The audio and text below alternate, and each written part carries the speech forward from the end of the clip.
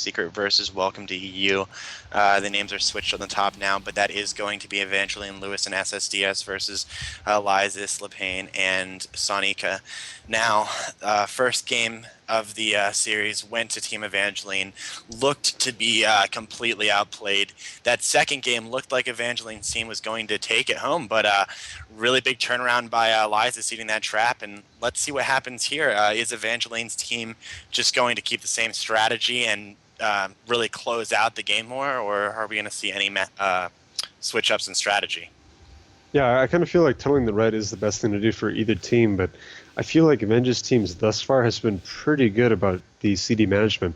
The real win in that last one was eating the trap on Sonika, and I mean, really, that's got to be the kind of stuff that we see to make this game happen the way that they want it to. Just running both teams straight in up the middle. Already both teams just not doing anything quite yet, getting down the Cloudburst totems, making sure that they have something ready to go. Lace is popping his wings, as does Avenge, and already the brunt of the damage coming out onto Elias. Both heroes getting sacked out of the traps instantly. With the binding shot on Elias, there's some huge pressure on him. 80k getting the bubble right away. I'm really surprised by that. I was thinking that Sonika would just go ahead and NS him. With Lewis already into another half trap in a Hodge. This is dangerous at this point, getting the bop off on Sonika, keeping himself at least somewhat offensive. Well, that early exchange won by Victoria's Secret, getting the bubble and not having to trade Evangeline's. Lewis getting the bop there. Evangeline trying to keep his bubble safe here. Does not have wall up yet, but Lewis is pumping out those heals. SSDS doing so much damage, so Eli not out of the woods there as the Hodge onto Zanika. Let's see if they can follow that up with a trap.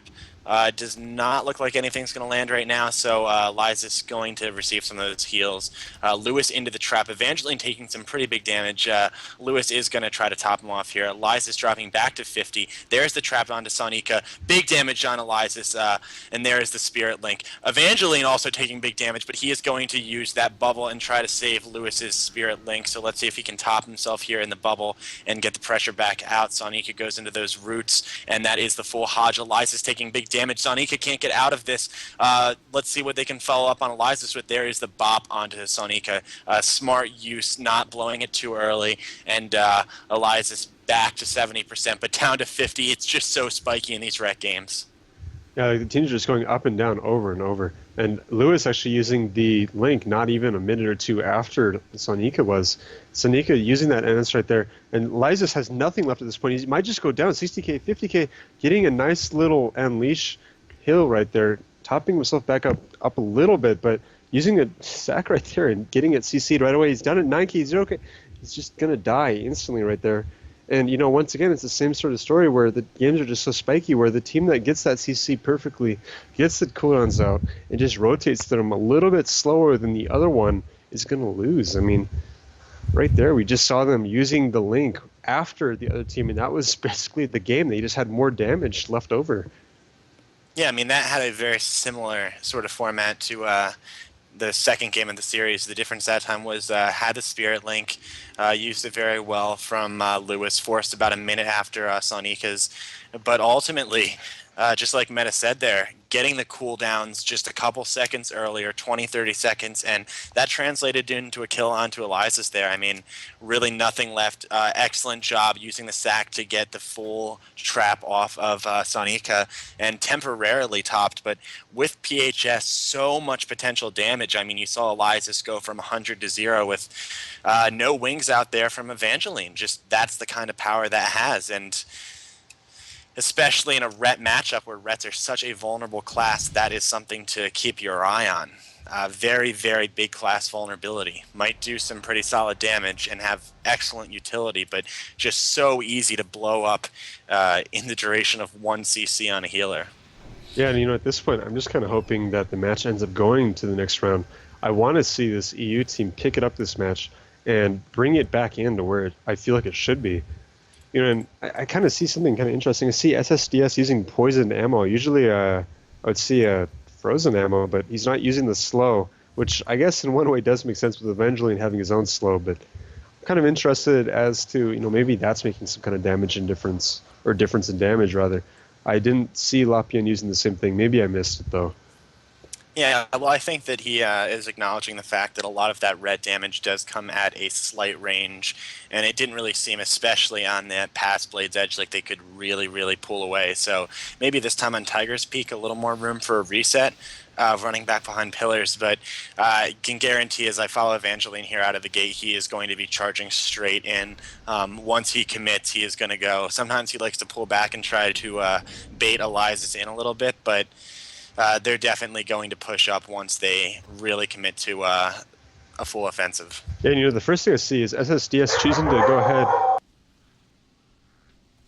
Looks like we do have a dog there in the background wanting to do some of his own shoutcasting, but trap onto Lewis. Elias does pop a shield wall. Big damage coming. Evangeline dropping low. He has shield wall out, and he does have his wings. He does want to save the bubble here. Sonika in a trap. Elias dropping pretty low. He is going to have to bubble 6%. Really good job there, but Sonika into the full Hodge. Can they follow it up? Only 2 seconds left on the bubble there. Into a DR at Hex, and Elias is not out of the woods. He actually still has his Avenging Wrath up, but it does fall off there, and the bop comes out. Evangeline goes into a trap, so not what they were looking for here. Welcome to the EU. Liza's taking big damage. Since they did just use that trap, it's going to be another couple of seconds before they can put CC on Lewis. But a Hex this time comes out, and Evangeline actually taking big damage in this Hex. Let's see if he is going to be forced to bubble or if he can stabilize here. Nice job. Actually sacking that half trap, forcing Lewis to have to use an NS with the full set of, cooldowns. He basically has everything used now. He only has Link left, really. Elias is just getting demolished here. He's down to 50k, 20k, 18, uses his bop and Link right there. That's definitely going to be scary for them now. They have nothing left. Half trap, this could just end up being the end. Yeah, I don't really know what they have left. After that Link is blown, bubble is down. Zanika, I do not believe, has his trinket up right now. Just gets locked out on nature there. So Elias might go down there as the trap onto Lapine. He cannot peel. So much damage coming out here from Evangeline. He himself is about 40%, so maybe they can force bubble from him right here. He is at 20%, but he does get picked up there. That is the Spirit Link coming out from Lewis. So Elias is still taking big damage. Zanika needs to pick him up. He does go into a full trap. Can they get him out of that? Yeah, there is a sack, but Elias is still at 8%. 11%, and down he goes. Yeah, that seemed like the huge thing right there in this match was just they basically never got real pressure outside of the cooldowns. The biggest thing that I'm seeing here is Evangeline and them, they're just getting that damage out consistently with or without the cooldowns. Forcing cooldowns the entire game. That's the biggest difference I'm seeing. The CC is, once again, it's not that much different. Both teams have the same amount of CC. Well, SSDS does do a scary, scary amount of damage, and big thing that happened during those games is once those Rets are popping wings and bursting, it really does come down a bit to how much damage those Hunters can put out aside from their CC and how much pressure can be forced, because a lot of these games are coming down to which team runs out of that cooldown rotation first, and that time.